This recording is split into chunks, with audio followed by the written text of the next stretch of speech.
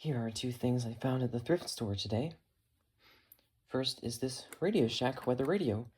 It is a 12-250, made in March of 1999. Unfortunately, this does have an infamous leak-a-cell, but it does not appear to be leaking. There's something odd about the top part of it here, but there's no corrosion.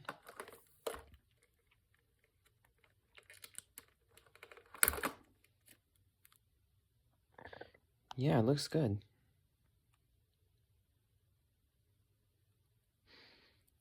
And this one actually expires in 2028. So this radio would have been used fairly recently. All in all, it's in decently good shape. There's obviously some writing on the bottom. I don't know what that is supposed to be. The price tag from the thrift store, which is what this store always uses, is over here. And speaking of which, hopefully I can get this off without leaving any residue.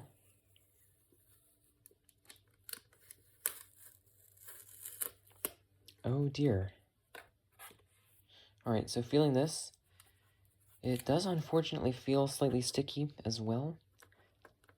So, that's not good. At least this is coming off for the most part.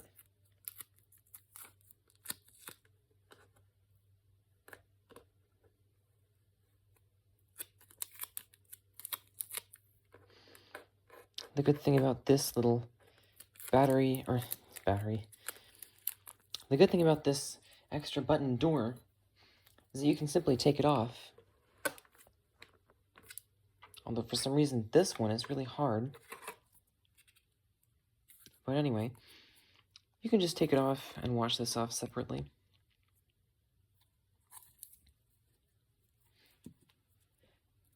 So let me go ahead and cut these. Not sure why there are two, I guess because it's a big cord.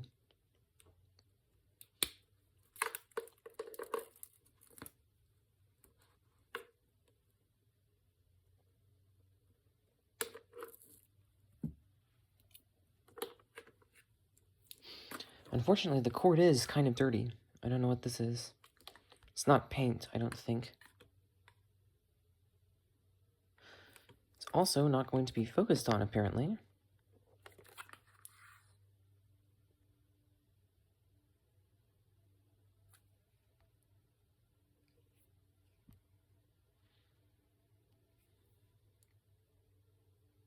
Okay.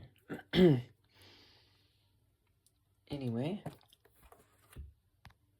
I'm gonna go ahead and plug this in.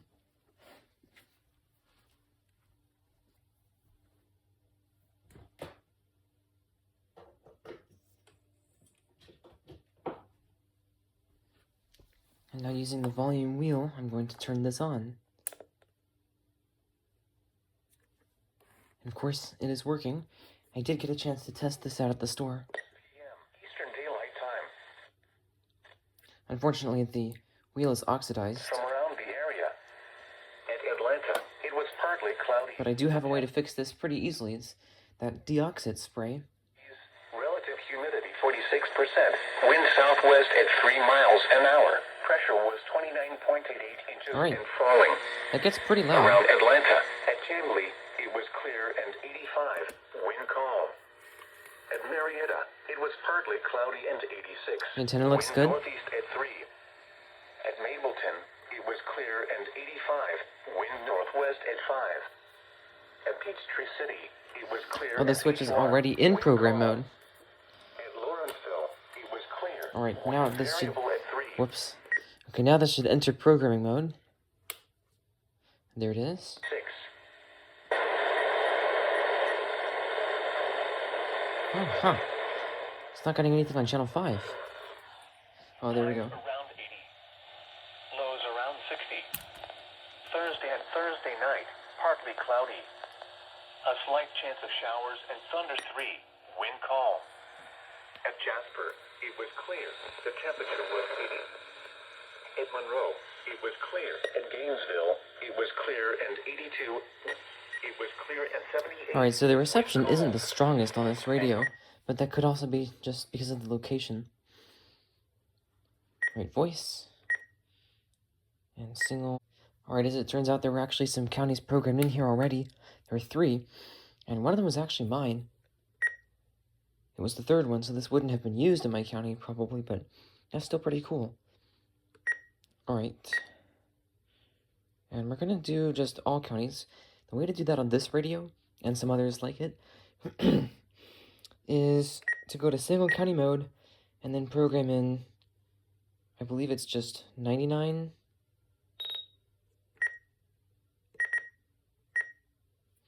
And then next up is the alert disabling menu. And there's actually a way to see which ones were disabled by the previous owners, but unfortunately, there would be a way to do that, but unfortunately that's not how this radio works. There's a way to check what you just programmed into it, but you have to go ahead and program everything if you want to actually see that. So I'm just going to turn everything on.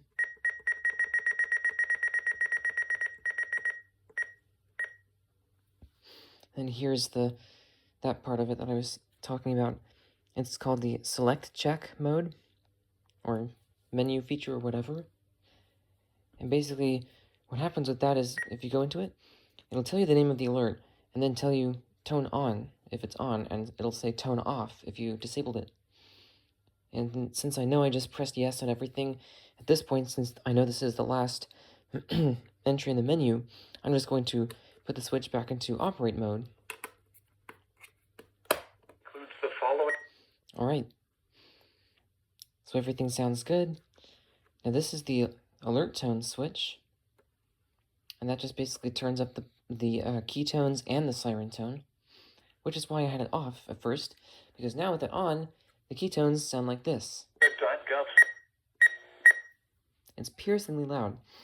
And don't even get me started on the invalid button beep, which, for example, if I press off when there's nothing happening, it plays the invalid beep, which, even when it's already off, it's still loud. It's like this,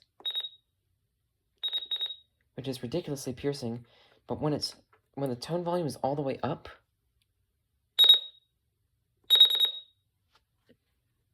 that's got to be one of the loudest, if not the loudest, key tone on any device I've ever heard.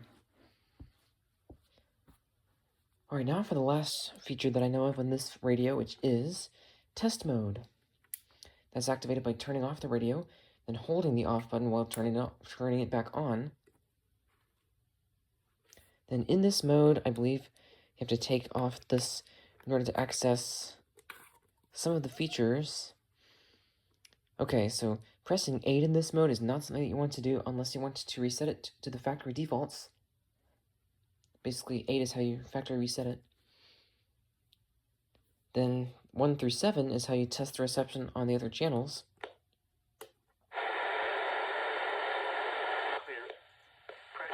Okay, good. It sounds a bit better now.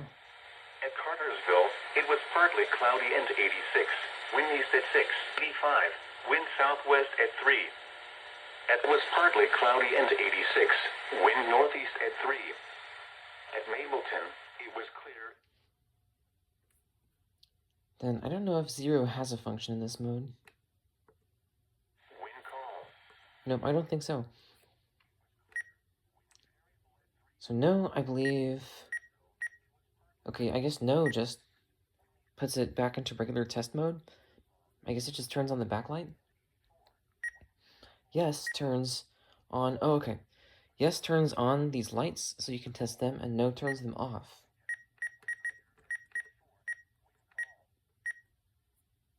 Okay, great. There was 83. Actually, not great. Did you hear how it's cutting out? There it goes again. That's actually a problem with this transmitter, and it's been doing that a lot for pretty much the past year and a half. It's done that before, but not nearly as much as it has for the past year and a half. 3.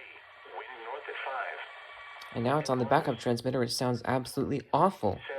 Wind northeast at 3. At Birmingham, it was clear and 86. And in fact, I've had my others of this model on that station before when it's doing that, and they will periodically just go off for unrecognized alerts because the sound quality on this audio feed is so bad that it thinks it's receiving an alert. Variable at 5. At Augusta, it was partly cloudy. I mean, you can hear how it's like kind of this rapidly oscillating series of tones. That's basically what alerts are, so sometimes it decodes that as an alert. It's just an absolute freak show. So that's why I don't use that station. Highs in the upper 80s. Southeast wind 5 to 10 miles an hour. I prefer this one and this Saturday one. night, lower 60s. Monday and Monday night, partly cloudy. And this one actually used to have a different sound quality. It had this crackly sound, especially on any time there was a louder audio signal coming through it. It would sound all crackly. And then they fixed that, I guess, just a few months ago. Which honestly, I don't know how I feel about it because everything worked on it. I mean, yes, it would have outages sometimes, but radios could activate perfectly from it. And added the uniqueness to that station, which also has helped some people when they are DXing it to identify it. And now it just sounds the same as, for example, Channel 6, Highs in the mid 80s. except with slightly weaker reception. 60s. Information, please visit our website at weather.gov/Atlanta. The current time is 7. It does still have that nice hum in the background, though. Here are the 7 p.m. weather observations from around the area. At Blairsville, it was partly cloudy. The temperature And you can also hear another voice kind of in the background, and that's actually another station on the same channel. It's just close by enough to where we live that we can kind of pick up the voice from it in the background.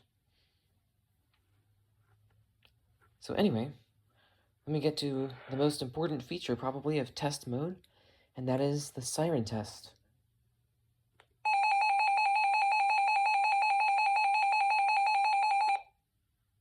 That's got to be one of my favorite sirens of all time. And I can turn it up with the tone volume knob, or wheel.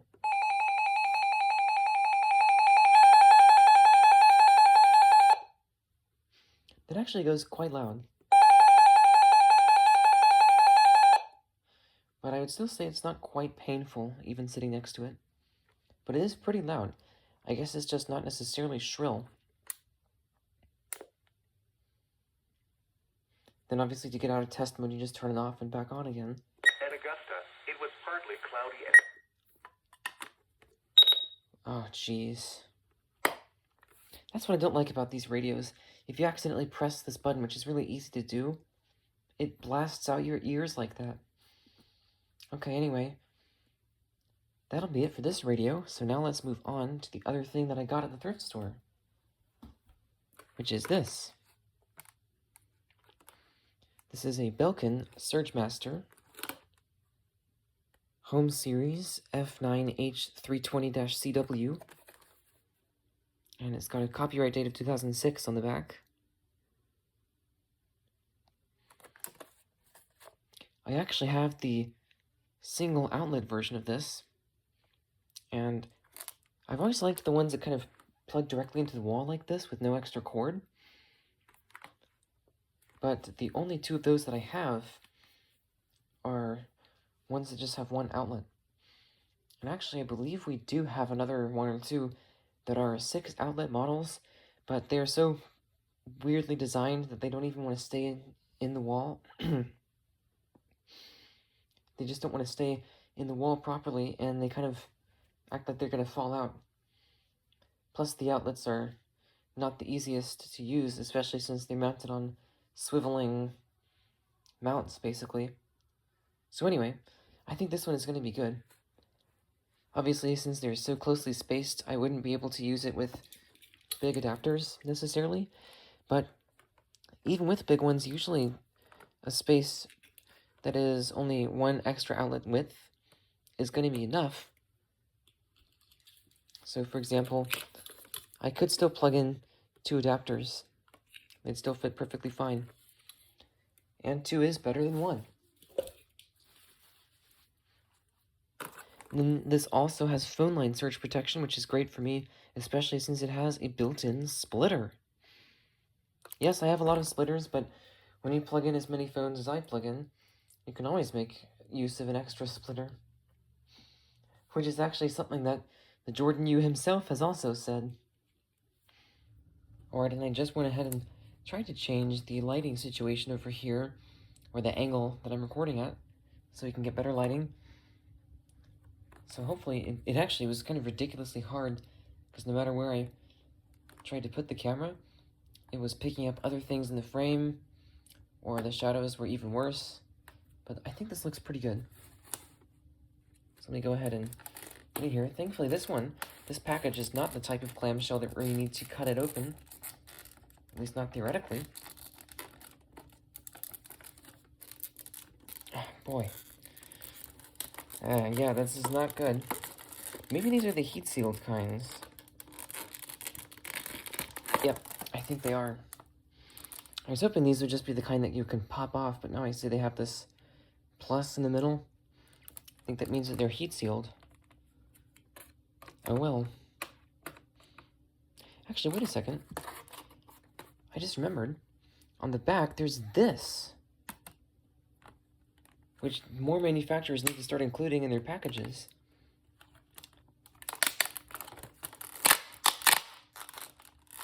Alright, that was exceptionally loud, but I believe this should allow me to take out everything here. So first we've got, if I can get it out, this card here. I'll just leave that in, I guess. And there's these instructions, which I don't know why you'd need such big instructions for a surge protector.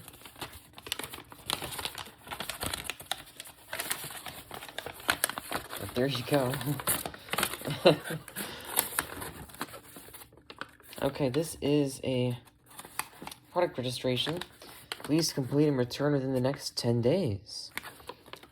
Hopefully they mean 10 days since opening it, because I believe this has been, based on the copyright date, about, what, 18 years? Oh wow, it's even like an actual postcard thing. And they want you to put on your own stamp and everything.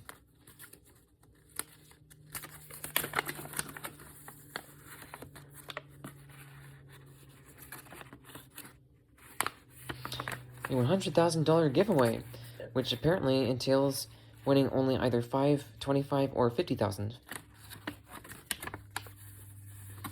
We got this ridiculous 23-question survey that includes why you purchased the Belkin Surge Protector, where you'll be using it, where you got it, your family income, and level of education.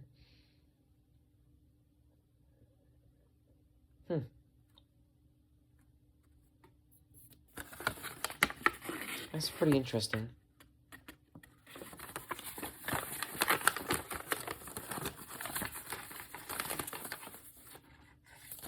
Okay, anyway. We've got the spoiler cord system. Simply lift bar up and press down to lock cords in place for easy cord management. Okay, hopefully this has that. I didn't see anything like that on here, but that'd be nice. The protected light should be on when the power switch is turned on. Which I don't even think this has a power switch. I'm guessing this is just like a generic set of instructions for all their power strips. Oh yeah, there's the connected equipment warranty / data recovery warranty. So for this model, which is the F9H320-CW, it's going to be somewhere up here.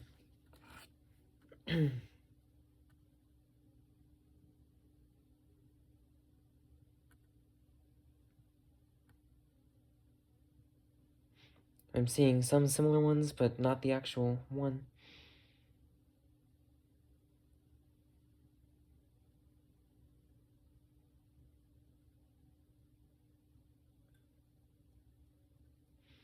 No, I don't see it on here. Well, that's kind of silly.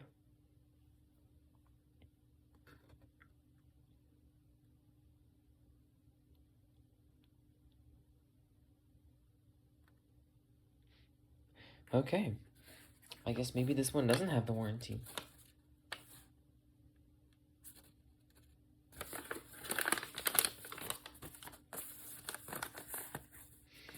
Anyway, I'm sure it'd be long expired by now. Actually, it did say, I think it said a lifetime warranty on the box. Yeah, lifetime product warranty and connected equipment warranty.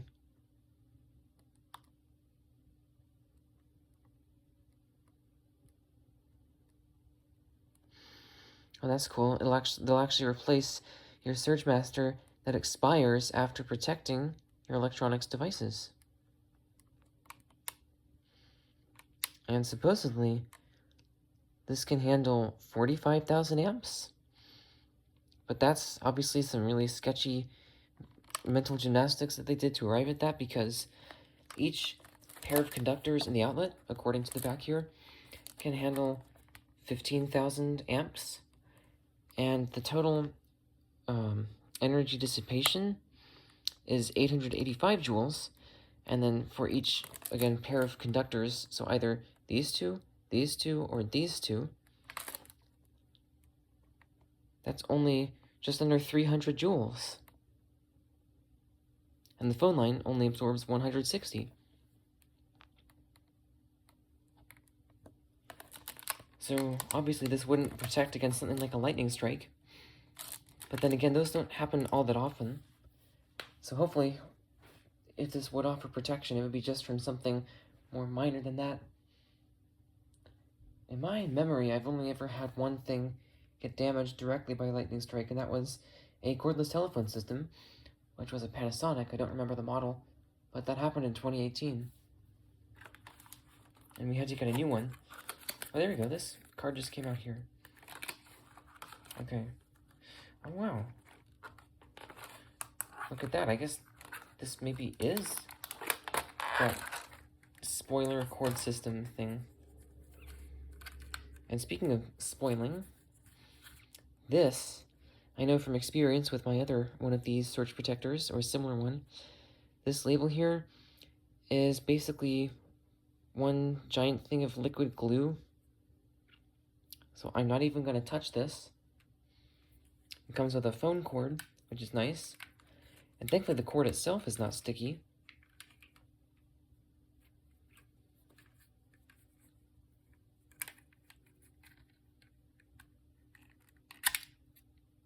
Okay, there we go. So that's interesting. I don't know how you're supposed to use this. Because look, it goes on wherever it's plugged in, right on the prongs.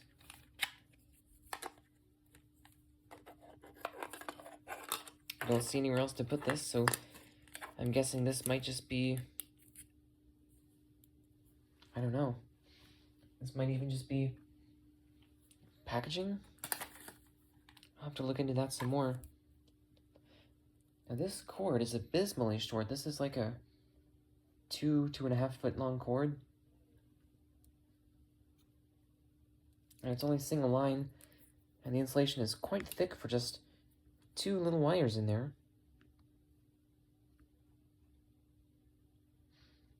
The protector itself only covers one pair, though. Whoops, I'm adjusting the focus. I mean, geez, the exposure. Okay.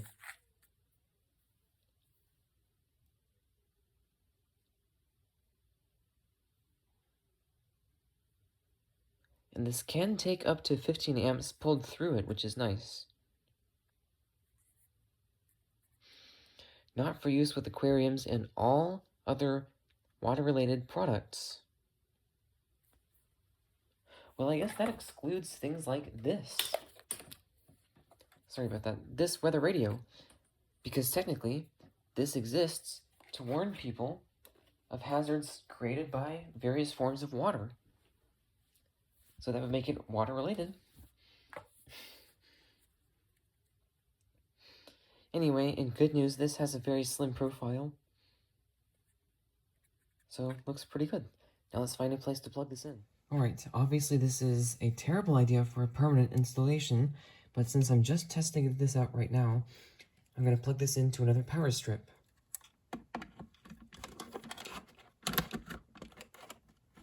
Alright, there we go. These indicator lights are pretty bright, but obviously they are on. So yeah, I would say that's too bright to use in a bedroom, at least for someone like me. But there we go. To test the surge protected outlets themselves, we're going to use this AT&T cordless telephone base. Whoops.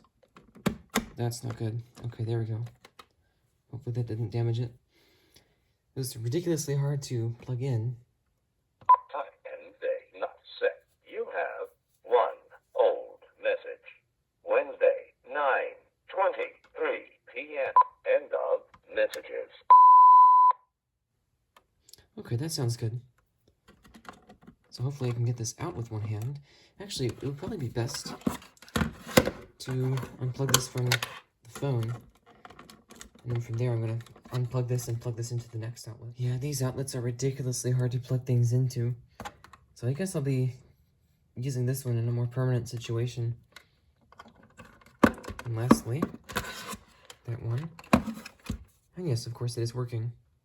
Number of rings, 6. To change the setting, press skip or repeat. To continue setup, press setup. Okay, now probably what I should have done is just connected a telephone to this surge protector, but because of the way I have things set up right now, I just plugged this directly into each of these jacks, this one first and this one second, and recorded the testing message onto it. So let's play those messages. Time and day not set. You have 2 new messages and 1 old message. Thursday, 8:33 a.m. Time and day not set. Geez, I thought I turned down call screening. This is a testing message recorded using the testing phone, and the machine that you can see on screen is being currently plugged into the first output jack on the new surge protector. In other words, the one that's next to the input jack. So now I will disconnect that and plug it into the other one and make sure that that's working as well. Goodbye.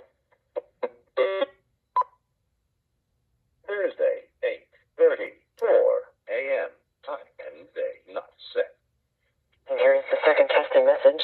This is being recorded through a second output jack for the phone line on the new surge protector. In other words, the one that is further to the right from the one that is next to the input jack. Goodbye. End of messages. Okay, obviously this machine's recording quality is deplorable, but the sound itself sounded just the same as when I was testing it directly plugged into this line the other day. So I'd say everything's working properly. Alright, and that's going to be about it for this video. First though, I want to say the main reason I got this radio is because they're just such a good radio that I'd like to be able to have one on hand to give to someone as a gift. I don't know anyone who needs one right now, but I'm sure I can find someone, and not enough people have these, really. This is just a really good radio. Everything's self-contained, even the cord, and you don't have to worry about getting the right adapter plugged into it because it's hardwired. Usually I don't like hardwired things, but I guess in some cases they can be, at least have some benefits. And of course, like I showed you, this radio works great, sounds good, it's loud, you can adjust the volume however you want. And really the only problem with this might be the fact that it has some outdated features, like the alerts are not anywhere near the current standards for alerts in here, or like the types of events that it can decode. But especially where I live, most of those, if not almost all, are going to be never something that you'll receive. So despite the fact that this radio is a little over 25 years old, I think it's still one of the best radios you can get. And I paid, let's see, where's the price tag? I paid about $9 for it. So this is really pretty good. And then the surge protector, which obviously works. I'll have to see what to do about this. This feels like way too much plastic to be used for just pure packaging. I guess this is for when it's not in use. That's weird. I think it did show it like that. Like this would be... Whoops. I feel like this is supposed to be the prongs for something, but maybe not. Because then where would the grounded one be? Yeah, I have no idea, honestly. So anyway, that'll be it for this video.